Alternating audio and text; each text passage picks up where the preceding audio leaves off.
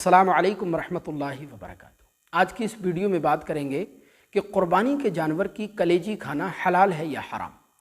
क़ुरबानी का जानवर मैं इसलिए बोल रहा हूँ क्योंकि क़ुरबानी के अय्याम करीब हैं, क़ुरबानी के मसाइल बयान किए जा रहे हैं, वरना आप यूँ समझिए कि हलाल जानवर की कलेजी खा सकते हैं या नहीं खा सकते।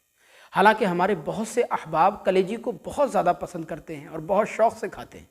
वहीं कुछ लोग कलेजी इसलिए नहीं खाते और वो ये कहते हैं कि कलेजी के अंदर खून होता है और खून हराम होता है, लिहाजा कलेजी खाना नाजायज़ है, और इसी वजह से वो लोग कलेजी नहीं खाते।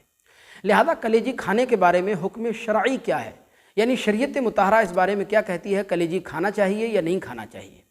तो देखिए, इसके जवाब में मैं एक बहुत खूबसूरत हदीस पाक आपकी खिदमत में पेश कर रहा हूँ। ये हदीस पाक सुनकर आपका ईमान भी ताज़ा होगा और ये मसला भी आप अच्छी तरह समझ जाएंगे। इब्न माजा की रिवायत में है कि हुजूर सरकार मदीना सल्लल्लाहु अलैहि वसल्लम ने इरशाद फरमाया कि ऐ लोगो, तुम्हारे लिए दो मरे हुए जानवर यानी दो मुर्दार जानवर और दो खून तुम्हारे लिए हलाल कर दिए गए हैं।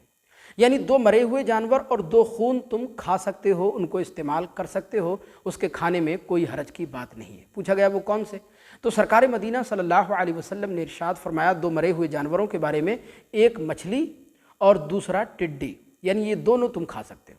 अब मुमकिन है आप में से बहुत से अहबाब को टिड्डी के बारे में पता ना हो कि ये टिड्डी क्या बला है। तो ये टिड्डी, जिसको अरबी में अलजराद भी कहा जाता है और इंग्लिश में इसको कैलेफेरा या ग्रेस शॉपर भी कहा जाता है।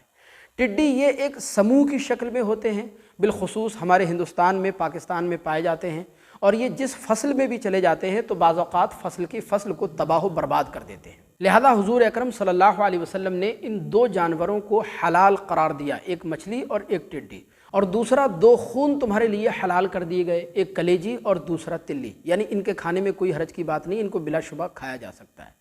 लिहाजा जो लोग ये कहते हैं कि साहब कलेजी इसलिए नहीं खाना चाहिए कि उसके अंदर खून होता है, खून मुर्दार होता है, इसलिए कलेजी खाना नाजायज़ है, इस तरह का कोई भी हुक्म लगाने से पहले कम से कम ऐसे लोगों को इस हदीस पाक से सबक हासिल करना चाहिए और किसी भी मसले के बारे में अपनी अक्ल के घोड़े दौड़ाने के बजाय या कि दीन की किसी भी बात को अपनी अक्ल के तराजू में तोलने के बजाय कम से कम उस मसले के बारे में हदीस पाक और कुरान मजीद को देखना चाहिए कि हदीस पाक या कुरान मजीद इस बारे में क्या कहता है।